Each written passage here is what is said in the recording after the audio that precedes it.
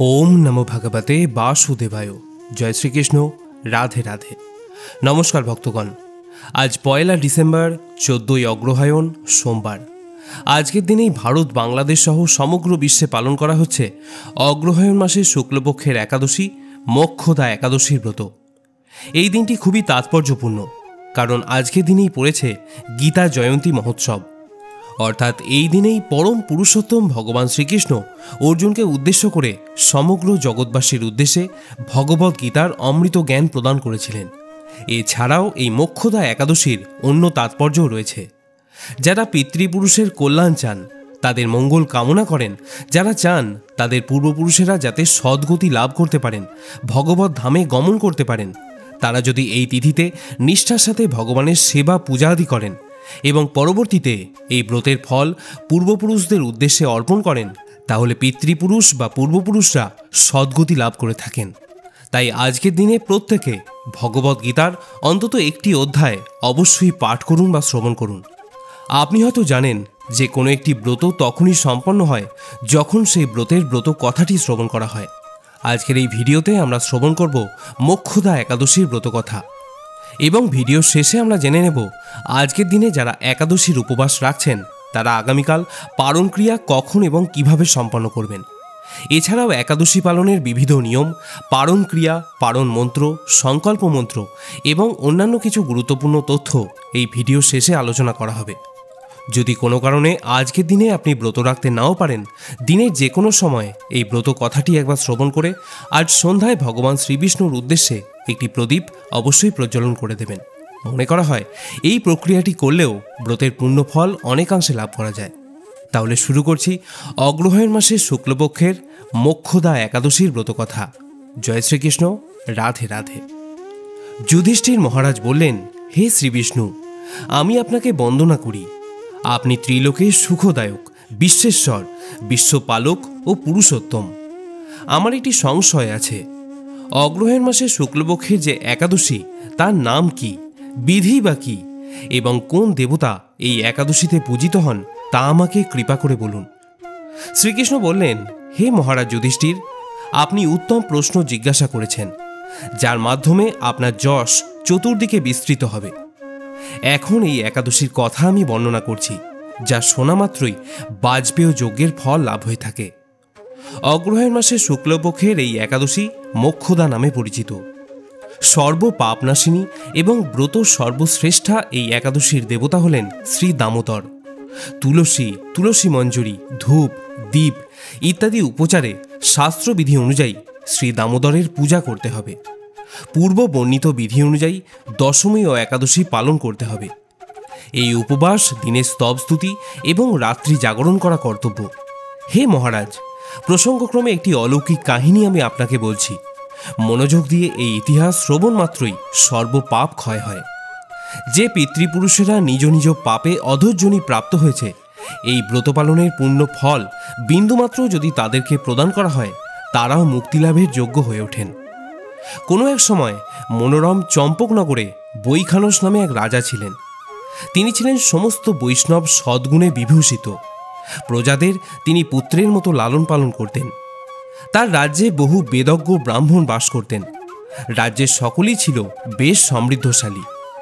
একবার রাজা স্বপ্নে দেখলেন যে তার পিতা নরকে পতিত হয়েছেন। তা দেখে তিনি অত্যন্ত বিস্মিত হলেন। পরদিন ব্রাহ্মণদের ডেকে তিনি জিজ্ঞাসা করলেন, হে ব্রাহ্মণগণ, গত রাত্রিতে স্বপ্নে নরক যন্ত্রণায় পিতাকে কষ্ট পেতে দেখে আমার হৃদয় বিদীর্ণ হচ্ছে। তিনি আমাকে লক্ষ্য করে বলতে লাগলেন, হে পুত্র, তুমি আমাকে নরক সমুদ্র থেকে উদ্ধার করো। তার সেই অবস্থা দেখে আমার অন্তরে আর কোনো সুখ নেই। আমার এই বিশাল রাজ্য, স্ত্রী, পুত্র, কিছুতেই আমি শান্তি পাচ্ছি না। কি করি, কোথায় যাই, কিছুই বুঝে উঠতে পারছি না। আমার পূর্বপুরুষেরা মুক্তিলাভ করতে পারেন এমন কোনো পুণ্যব্রত, তপস্যা বা যোগের কথা আমাকে উপদেশ করুন। আমি সেই অনুষ্ঠান নিষ্ঠার সঙ্গে পালন করতে চাই।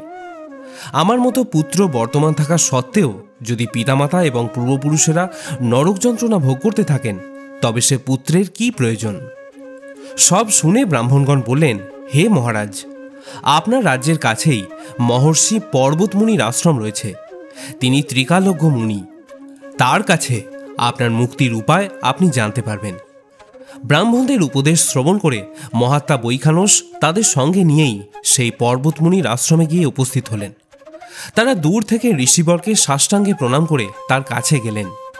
মুনিবর রাজার কুশল বার্তা জিজ্ঞাসা করলেন। রাজা বললেন, হে প্রভু, আপনার কৃপায় আমার সবই কুশল। তবে আমি একদিন স্বপ্নযোগে পিতা নরক যন্ত্রণা এবং কাতর আর্তনাদ শুনে অত্যন্ত দুঃখিত এবং চিন্তাগ্রস্ত হয়েছি। হে ঋষিবর, কোন পুণ্যের ফলে তিনি এই দুর্দশা থেকে মুক্ত হবেন তার উপায় জানতেই আপনার শরণাগত হয়েছি। রাজার কথা শুনে পর্বতমুনি কিছুক্ষণ ধ্যানস্থ হলেন। তারপর ধ্যান ভঙ্গ করে তিনি বলতে লাগলেন, হে মহারাজ, পূর্বজন্মে তোমার পিতা অত্যন্ত কামাচারী হওয়ায় তার এরকম অধোগতি লাভ হয়েছে। এখন এই পাপ থেকে মুক্তির উপায় আমি বর্ণনা করছি। অগ্রহায়ণ মাসের শুক্লপক্ষের মোক্ষদা একাদশী পালন করে সেই পুণ্য ফল পিতাকে প্রদান করতে হবে। সেই পুণ্যের প্রভাবে তোমার পিতার মুক্তি লাভ হবে। মুনির কথা শোনা মাত্রই রাজা নিজ গৃহে ফিরে এলেন।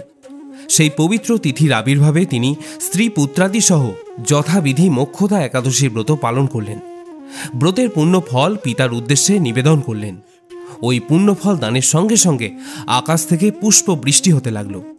হে পুত্র, তোমার মঙ্গল হোক, এই বলতে বলতে বৈখানস রাজার পিতা নরক থেকে মুক্ত হয়ে স্বর্গে গমন করলেন। এই অলৌকিক উপাখ্যান সমাপ্ত করে শ্রীকৃষ্ণ বললেন, হে মহারাজ যুধিষ্ঠির, যে ব্যক্তি এই মঙ্গলদায়িনী মোক্ষদা একাদশীর ব্রত পালন করে তার সমস্ত পাপ বিনষ্ট হয় এবং মৃত্যুর পর মুক্তি লাভ করে। এই ব্রতের পুণ্য সংখ্যা আমি নিজেও জানি না। চিন্তামণির মতো এই ব্রতটি আমারও অত্যন্ত প্রিয়। এই ব্রতকথা যিনি পাঠ করেন এবং যিনি শ্রবণ করেন উভয়ই বাজপেয় যজ্ঞের ফল লাভ করে থাকেন। ইতি শ্রী শ্রী মোক্ষদা একাদশীর ব্রতকথা সমাপ্ত। প্রিয় ভক্তবৃন্দরা, আসুন এবারে জেনে নেওয়া যাক একাদশী এবং পারণ সংক্রান্ত অন্যান্য কিছু গুরুত্বপূর্ণ তথ্য। এই মোক্ষদা একাদশীর তিথি শুরু হয়েছে গতকাল রবিবার বিকেল 4:05 থেকে, যা থাকবে আজ সোমবার দুপুর 2:16 পর্যন্ত। এবং আজকের দিনে যারা একাদশীর ব্রত উপবাস রাখছেন তারা পারণ ক্রিয়া সম্পন্ন করবেন আগামীকাল মঙ্গলবার সকাল 9:40 মধ্যে। এবারে আসুন জেনে নেওয়া যাক একাদশী এবং পারণ ক্রিয়া কীভাবে সম্পন্ন করতে হবে সেই বিষয়ে। মোক্ষদা একাদশীর ব্রত পালনের প্রক্রিয়া কেবলমাত্র একদিনের উপবাস নয়, এটি দশমী থেকে দ্বাদশী পর্যন্ত বিস্তৃত একটি শুদ্ধাচার ও ভক্তিপূর্ণ জীবনযাত্রার অংশ। নিষ্ঠা ও ভক্তির সাথে এই ব্রত পালন করলে আশাতীত ফল লাভ হয়ে থাকে। একাদশীর আগের দিন অর্থাৎ দশমীর দিন থেকেই এই একাদশীর ব্রত শুরু হয়ে যায়। দশমীর দিন থেকেই ব্রতের জন্য দেহ ও মনকে প্রস্তুত করতে হয়। কিভাবে? প্রথমত আমিষ খাদ্য বর্জনের মাধ্যমে। দশমী থেকে দ্বাদশী পর্যন্ত এই 3 দিন আমিষ খাদ্য বর্জন করা উচিত। কোনো প্রকারের আমিষ খাদ্য এবং নেশা জাতীয় দ্রব্য ভুলেও গ্রহণ করা যাবে না। আর হলো সংযম। এই দিন থেকে পূর্ণ ব্রহ্মচর্য পালন করা উচিত এবং মিথ্যা কথা, পরনিন্দা, পরচর্চা, ক্রোধ এবং কামনার মতো অসৎ চিন্তা এই সময় পরিহার করে চলতে হয়। এরপরে আসে একাদশীর দিন। এই দিনেই মূল উপবাস এবং উপাসনার পর্ব অনুষ্ঠিত হয়। এই দিন সকালবেলায় উঠে প্রথম 2টি কাজ সম্পন্ন করতে হয়। প্রথম হলো সংকল্প এবং দ্বিতীয় হলো স্নান। খুব ভোরে ঘুম থেকে উঠে প্রথমে পরিষ্কার পরিচ্ছন্ন হয়ে ব্রত পালনের জন্য সংকল্প গ্রহণ করতে হয়। সংকল্পের মাধ্যমে ভগবান শ্রীবিষ্ণু বা শ্রীকৃষ্ণকে এই ব্রত নিষ্ঠার সঙ্গে পালনের জন্য প্রার্থনা জানানো হয়।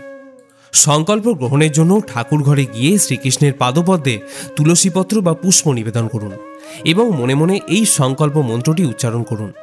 একাদশ্যাম নিরাহারো স্থিত্বা অহম অপরেহানি ভোক্সামি পুণ্ডরিকাক্ষ শরণম মে ভবাচ্যুত। অর্থাৎ, হে কেশব, আমি অজ্ঞানরূপ অন্ধকারে নিমজ্জিত হয়ে এই একাদশীর ব্রত পালন করতে চলেছি।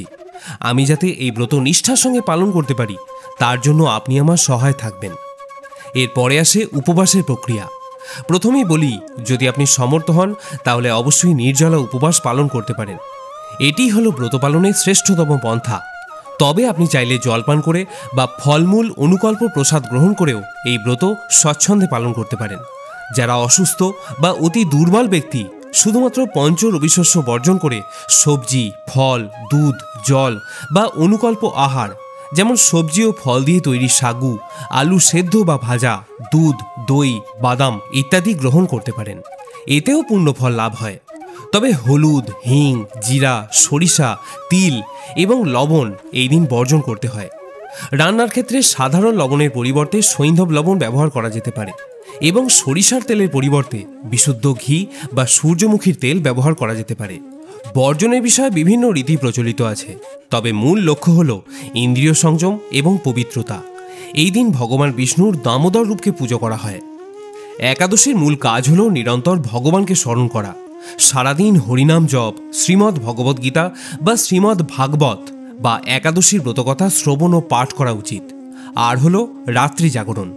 এই ব্রতের সবচেয়ে গুরুত্বপূর্ণ অংশ হল রাত্রি জাগরণ। রাত্রিতে ভগবানের নাম সংকীর্তন, নিত্য পাঠ এবং আলোচনায় মগ্ন থাকলে সমস্ত পাপ ভস্মীভূত হয়ে যায় এবং হাজার হাজার অশ্বমেধ যজ্ঞের ফল পাওয়া যায়। ভক্তের জীবনে আসে অপার সৌভাগ্য, আধ্যাত্মিক উন্নতি এবং সকল পাপ থেকে মুক্তি। আমরা প্রতিদিনের জীবনে জেনে বা না জেনে অনেক রকমের পাপ করে থাকি। সেই সমস্ত পাপ রাশি এই একাদশী পালনে বিনষ্ট হয়ে যায়, যা আমাদের ভগবত ধামে প্রত্যাবর্তনের পথকে আরও প্রশস্ত করে তোলে। যিনি সমস্ত লৌকিক ধর্ম পরিত্যাগ করে ভক্তি ভরে এই ব্রত পালন করেন, তাকে আর পুনর্জন্ম গ্রহণ করতে হয় না এবং তিনি বৈকুণ্ঠে পরম পদ লাভ করে থাকেন। যিনি সঠিকভাবে এই ব্রত অনুষ্ঠান করেন, তার গৃহে ত্রিভুবনের সমস্ত তীর্থ এসে উপস্থিত হয়। তীর্থে স্নান, দান, জপ এবং হোমাদির ফল এই উপবাসে লাভ হয়ে থাকে। এই একাদশীর ভক্তিপরায়ণ ব্যক্তিকে ঐশ্বর্য, প্রজ্ঞা, রাজ্য, সুখ এবং সর্বোপরি শ্রীকৃষ্ণের প্রতি প্রীতি প্রদান করে। চন্দ্র সূর্যগ্রহণে স্নান করলে যে পুণ্য হয়, এই একাদশীতে উপবাস করলে তার সহস্রগুণ স্বীকৃতি লাভ হয়। এবারে আসুন বন্ধুরা, আমরা জেনে নিই পারণ মন্ত্র এবং পারণ ক্রিয়া সম্পর্কে। ব্রত পালনের মতোই ব্রত সমাপ্তির পর পারণ সম্পন্ন করার সঠিক নিয়ম জানা এবং তা পালন করা অত্যন্ত জরুরি। পারণ হল উপবাস ভঙ্গের প্রক্রিয়া। একাদশীর ব্রত ভঙ্গ করতে হয় দ্বাদশী তিথিতে এবং অবশ্যই পারণের জন্য যে সময় নির্দিষ্ট থাকে সেই সময়ের মধ্যে। এই একাদশীর ক্ষেত্রে পারণ ক্রিয়া সম্পন্ন করতে হবে আগামীকাল মঙ্গলবার সকাল 9:40 মধ্যে। পারণের জন্য পঞ্চ রবিশস্য দিয়ে ভোগ নিবেদন করার পর পারণ মন্ত্র উচ্চারণ করুন এবং সেই ভোগ গ্রহণ করে উপবাস ভঙ্গ করুন। উপবাস ভঙ্গ করার আগে পারণ মন্ত্র উচ্চারণ করতে হয়। মন্ত্রটি হল ওম অজ্ঞান ও তিমিরান্ধস্য ব্রতে নানে না কেশবা প্রসিদ্ধ সম্মুখ নাথ জ্ঞান ও দৃষ্টি প্রদো ভব। অর্থাৎ হে কেশব, আমি অজ্ঞানরূপ অন্ধকারে নিমজ্জিত হয়ে এই ব্রত পালন করেছি। এই ব্রত দ্বারা আমার প্রতি প্রসন্ন হয়ে আমাকে জ্ঞানচক্ষু প্রদান করুন। অনেকের মনে প্রশ্ন থাকে যে আজকের দিনে তুলসী মাতাকে জল নিবেদন করা যাবে কিনা। তাদের উদ্দেশ্যে বলি যে বছরে 365 দিন রবিবার এবং একাদশীর দিন অবশ্যই তুলসী মাতাকে জল নিবেদন করতে হয়। তবে আজকের দিনে তুলসী পাতা চয়ন করা নিষিদ্ধ। একাদশী এবং দ্বাদশীতে যে তুলসী আপনি ভগবানকে নিবেদন করতে চান, সেই পাতা আপনি দশমীর দিন চয়ন করে রাখবেন। এছাড়া এই দিন খেয়াল রাখবেন যাতে শরীর থেকে কোনোভাবেই রক্তক্ষরণ না হয়। তাই সবজি এবং তরিতরকারি কাটার ক্ষেত্রে সতর্ক থাকতে হবে। এদিন বেশি বেশি করে হরিনাম সংকীর্তন করুন, মালা জপ করুন এবং শ্রীমদ্ ভগবদ গীতা থেকে যে কোনো একটি অধ্যায় অনুবাদ সহ পাঠ করুন বা শ্রবণ করুন। প্রিয় শ্রোতা বন্ধুরা, আজকের এই ভিডিওটি এখানেই শেষ করছি। যদি ব্রতকথা এবং অন্যান্য তথ্য জেনে আপনি সমৃদ্ধ হন, তাহলে ভিডিওটিতে অবশ্যই একটি লাইক করবেন। আর এরকম তথ্যপূর্ণ ভিডিও দেখার জন্য আমাদের এই চ্যানেল সাহিত্যরস মোটিভেশনকে অবশ্যই সাবস্ক্রাইব করে রাখুন। আসুন সকলে মিলে একসাথে বলি হরে কৃষ্ণ কৃষ্ণ কৃষ্ণ হরে হরে, হরে রাম রাম রাম রাম হরে হরে। জয় শ্রীকৃষ্ণ। রাধে রাধে।